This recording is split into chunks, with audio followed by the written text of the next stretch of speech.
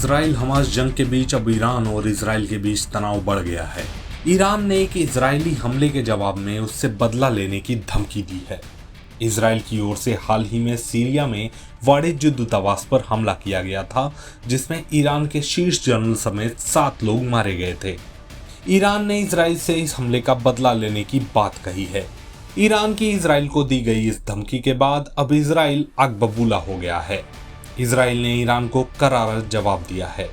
Israel ने Iran को इस मामले में सीधी धमकी दे डाली है। इजराइल के विदेश मंत्री कॉट्ज ने कहा है कि अगर ईरान ने जमीनी हमला किया तो इजराइल ईरान के अंदर घुसकर हमला कर देगा। इजराइल के विदेश मंत्री ने बुधवार को इसको लेकर एक ट्वीट किया है।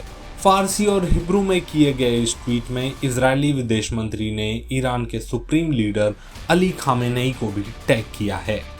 इजराइल ने यह धमकी ईरान के सुप्रीम लीडर अली खामेनेई के उस बयान के बाद दी है जिसमें उन्होंने सीरिया के दमिश्क में ईरानी वाणिज्य दूतावास पर हमले के लिए इजराइल को सजा दिए जाने की कसम खाई थी।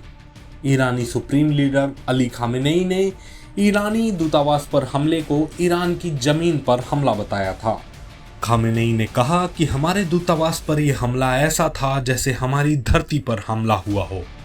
उन्होंने कहा इसके लिए जिन ताकतों ने ये कदम उठाया है उन्हें सजा मिलनी चाहिए और सजा जरूर मिलेगी। हालांकि उन्होंने यह नहीं बताया कि ईरान किस तरह से बदला लेगा। ईरान की इस धमकी के बाद से ही इजराइल और ईरान के बीच तनाव और बढ़ गया है। इससे एक और जंग के तौर पर भी देखा जा रहा है।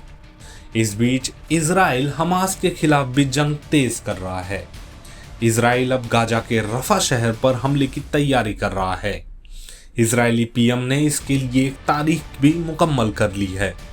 इजराइल का मानना है कि रफा पर हमले से हमास का अंत हो सकता है, क्योंकि यही गाजा में हमास का आखिरी ठिकाना है। ऐसे में इजराइल की मंशा साफ है कि वो हमास का अंत करना चाहता है। टाइम्स नाउ भारत डिजिटल की रिपोर्ट।